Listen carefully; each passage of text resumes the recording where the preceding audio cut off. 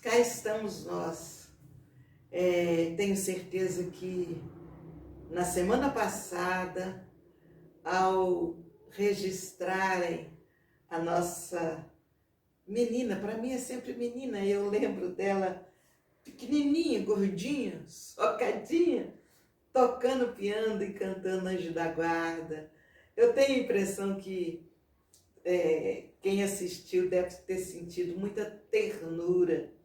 É muito bom quando a gente pode registrar em companheiros de outras regiões, né? A gente poder trazer a contribuição deles.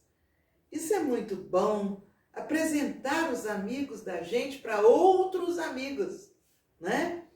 E eu fico muito sensibilizada. Adoro a musiquinha dela. Anjo da guarda, querido amigo. Olha, é muito gostoso. Mas eu resolvi hoje, por causa da musiquinha Anjo da Guarda, falar um pouco sobre a afeição que os espíritos têm por nós que estamos encarnados. E em O Livro dos Espíritos, na questão 486, vejam que Kardec pergunta aos espíritos. Os espíritos se interessam pelos nossos infortúnios e pela nossa prosperidade? Os que nos querem bem se afligem com os males que padecemos durante a vida? E os espíritos respondem: os bons espíritos fazem todo o bem que podem e se sentem felizes com as vossas alegrias. Afligem-se com os vossos males, quando não os suportais com resignação. Porque esses males não vos trazem nenhum benefício, já que então procedeis como doente, que rejeita o remédio amargo que o há de curar. Vejam, essa questão traz uma luz à nossa compreensão. Somos sempre envolvidos por uma nuvem de testemunhas, diz a doutrina espírita. O que seria isso? Espíritos muitas vezes se movimentam em torno de nós, e dentre esses que se movimentam, existem os espíritos amigos. Aqueles que nos tomaram para cuidar de nós. Eles vibram com o nosso sucesso. Eles muitas vezes sabem o que vai acontecer um pouco à frente e eles nos ajudam, nos preparam para enfrentar aquela situação. Às vezes, eles acionam outros médiuns para ser instrumentos de deixar na nossa mão, de alguma forma, a solução que precisava para o problema e que nós não estávamos identificando. Quando estamos em aflição, desde que nos comportemos dentro daquela postura de educação cristã, eu falo isso porque se a gente tem uma postura de educação cristã, nós conseguimos manter a ponte com eles. E aí, nesses momentos de aflição, eles fazem de tudo, dentro do que é permitido, para aliviar a nossa dor. Quando eu falo de tudo que é permitido, porque às vezes, pelo compromisso que trazemos, nós precisamos passar por aquela experiência para poder até aprender um pouco mais, para identificar pessoas que estão à nossa volta, e que ainda não correspondem exatamente à expectativa que nós trazemos da pessoa. Então, nós precisamos passar pelas experiências. Essas experiências nos fazem crescer muito. Então, eles tentam criar condições de alívio para nós, né? Às vezes até eles têm permissão para tirar da nossa vivência, da nossa experiência, alguma coisa que poderia doer muito em nossa alma e que nós já compreendemos, já entendemos. Eles às vezes conseguem essa permissão dos superiores para aliviar um pouco o nosso lado. Agora, se nós não reagimos de uma maneira cristã dentro do quadro que estamos enfrentando, nós dificultamos o acesso desses espíritos amigos. Eles permanecem atentos, mas nós não estamos como que abrindo a porta. É como se eles ficassem do lado de fora esperando a gente abrir a porta para entrar. Em que sentido? Eles não podem nos obrigar a usufruir o bom, o belo e o bem, se nós ainda não amadurecemos para usufruí-los. Então, é necessário dar o tempo para o nosso crescimento, para a nossa condição individual.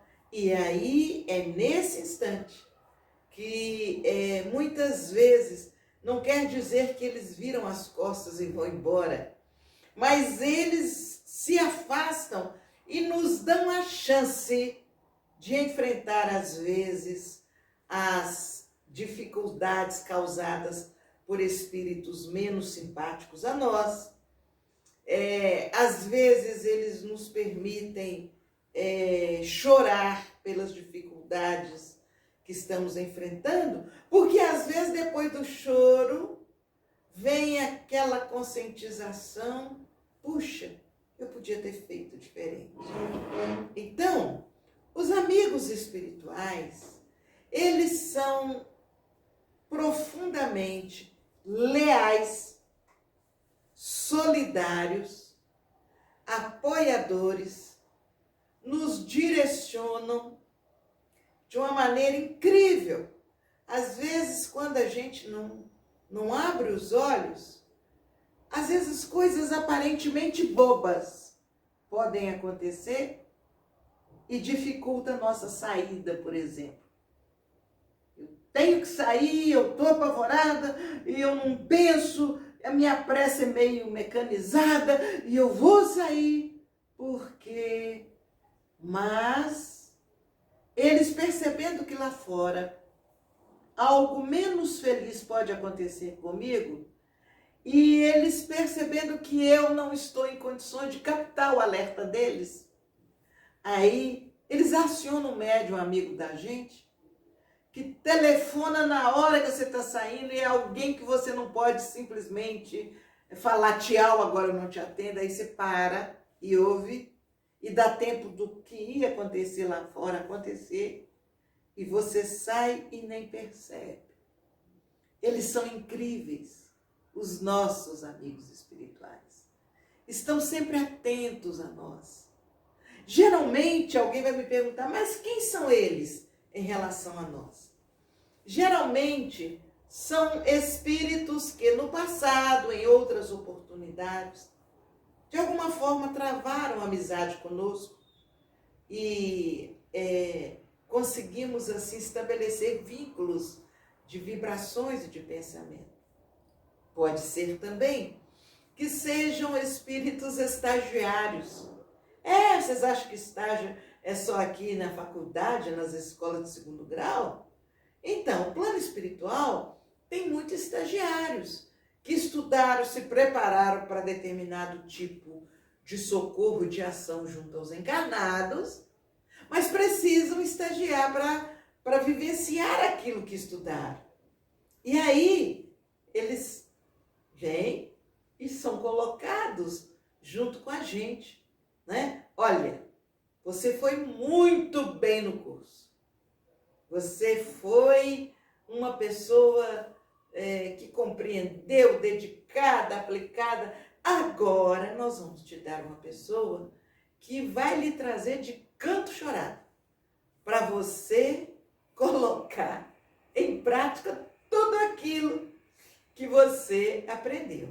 E aí, coitados deles, eles vêm com pessoas complicadas, sabe? Exigentes e que querem tudo certinho, a tempo e a hora. E olha, eles para assistirem essas pessoas, eles têm um trabalho horroroso, mas também o estágio deles, se eles passarem nesse estágio, eles estão preparados para situações muito mais avançadas, porque eles treinaram com pessoas que lhes deram a chance de correr mais, de aprender mais, de ter mais saídas, de usar mais os recursos da mediunidade. Então, é muito interessante essa relação. E aí, vocês falam assim, mas eles não podem nos livrar, então, desses irmãos chamados de obsessores? Eles não podem nos livrar? Não. Sabe por quê? Somos nós, com a nossa mente, que atraímos, com os compromissos do passado, que deixamos caracterizado a necessidade de corrigir alguma coisa. E o nosso pensamento, às vezes, distraído, mais voltado para a violência, para a vingança, para o desaforo, para essas coisas, das mais simples às mais complexas, nós atraímos espíritos menos felizes, espíritos equivocados que aproveitam que a minha antena mental está toda aberta para eles e eles então me acionam para provocarem o mal, o desequilíbrio, a desarmonia nas pessoas. Por isso Jesus disse, vigiai e orai. Porque se eu vigiar a minha postura no dia a dia e eu me mantiver em todos os momentos, todas as vezes que eu vou começar uma coisa nova, eu orar, obviamente eu estarei com uma proteção maior. E orando e vigiando mentalmente, eu mantenho o campo aberto para os amigos espirituais, os chamados anjos de guarda, os espíritos protetores.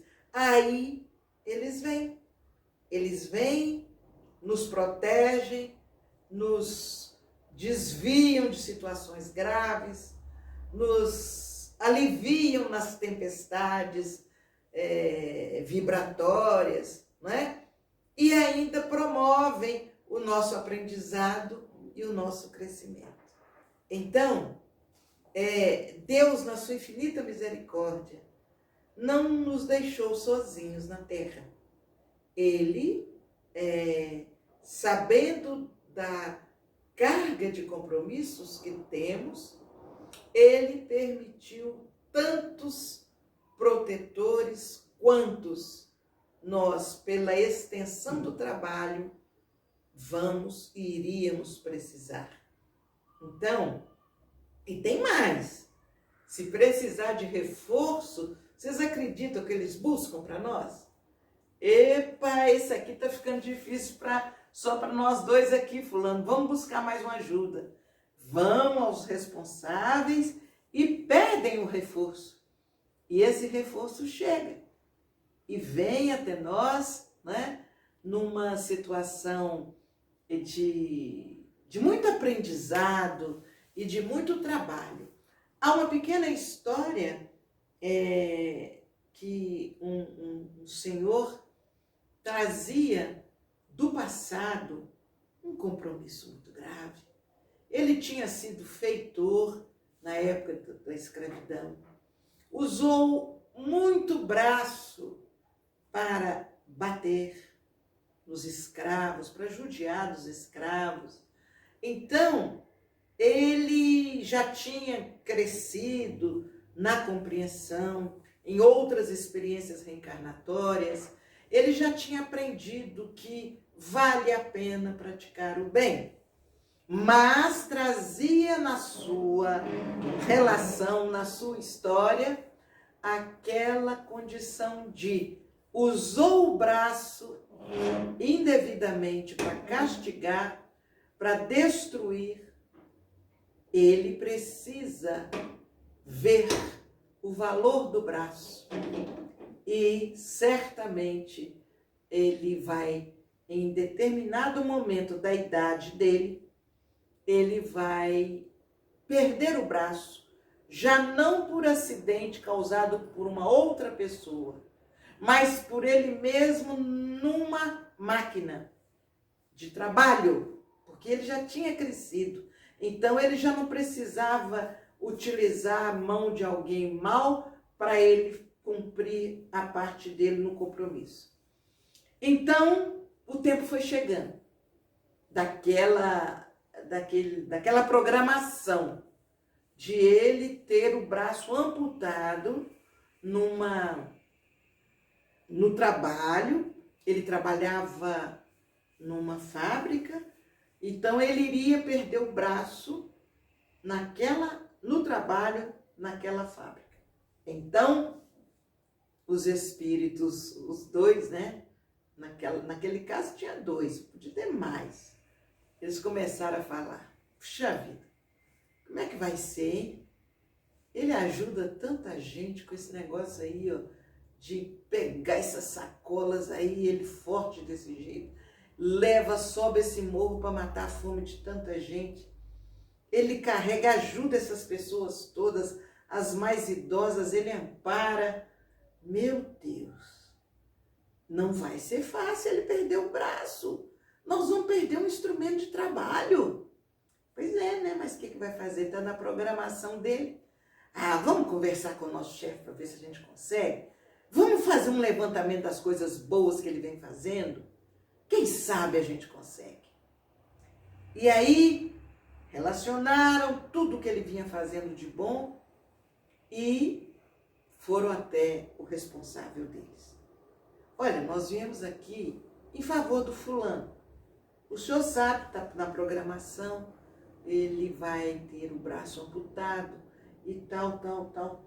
Mas nós estamos preocupados porque a gente não vê por perto ali no grupo outros que façam o que ele faz. Na área de socorro, na área de assistência. E a gente vê que ele tem se esforçado tanto. Ele tem sido tão dedicado. Não daria para aliviar essa pena, suspender essa pena, compensar com o trabalho que ele vem fazendo. E o espírito chefe deles olhou para eles, sorriu, analisou junto com eles, falou: vocês têm razão. Vocês têm razão. Ele mudou muito, ele avançou muito nesta encarnação. Vamos fazer uma coisa. Nós vamos deixar que ele perca apenas um dedo da mão direita. É como se com esse dedo amputado estaríamos limpando toda a energia condensada pelo ódio, pela mágoa daqueles a quem ele maltratou. E pelo trabalho que ele está fazendo, a luz do alto tem iluminado de tal forma o braço dele que só ficou uma marcazinha escura no dedo da mão. Então, que ele possa ter amputado o dedo e continua com o braço à disposição do trabalho, no bem, para Jesus e com Jesus. E assim aconteceu. Na época certa, já faltava pouco tempo, houve uma distração naquela máquina onde ele trabalhava e lá foi o dedo dele. E aí, a gente fica pensando, quando nos acontecem as coisas e que a gente acha que é uma fatalidade, que é assim um horror. Oh, meu Deus, fulano tão bom, coitado, perdeu o dedo. A gente não faz ideia que estava na história daquele homem, não o dedo, mas o braço. E pelo bem que ele foi fazendo, o braço foi se iluminando e se protegendo, e apenas o dedo continuou com a marca negativa de um passado distante. Por aí, gente, vamos aprendendo a agradecer quando nos acontecem as coisas que poderia ter sido muito pior. E a gente não faz ideia do que esses espíritos que nos protegem, o que eles fazem em torno de nós, em nosso favor, para limpar o caminho para a gente, para aliviar a nossa carga. Ah, como nós devemos a eles. Vocês não fazem ideia o quanto nós devemos a eles. Obrigada, gente. Um abração. Paz para todos nós.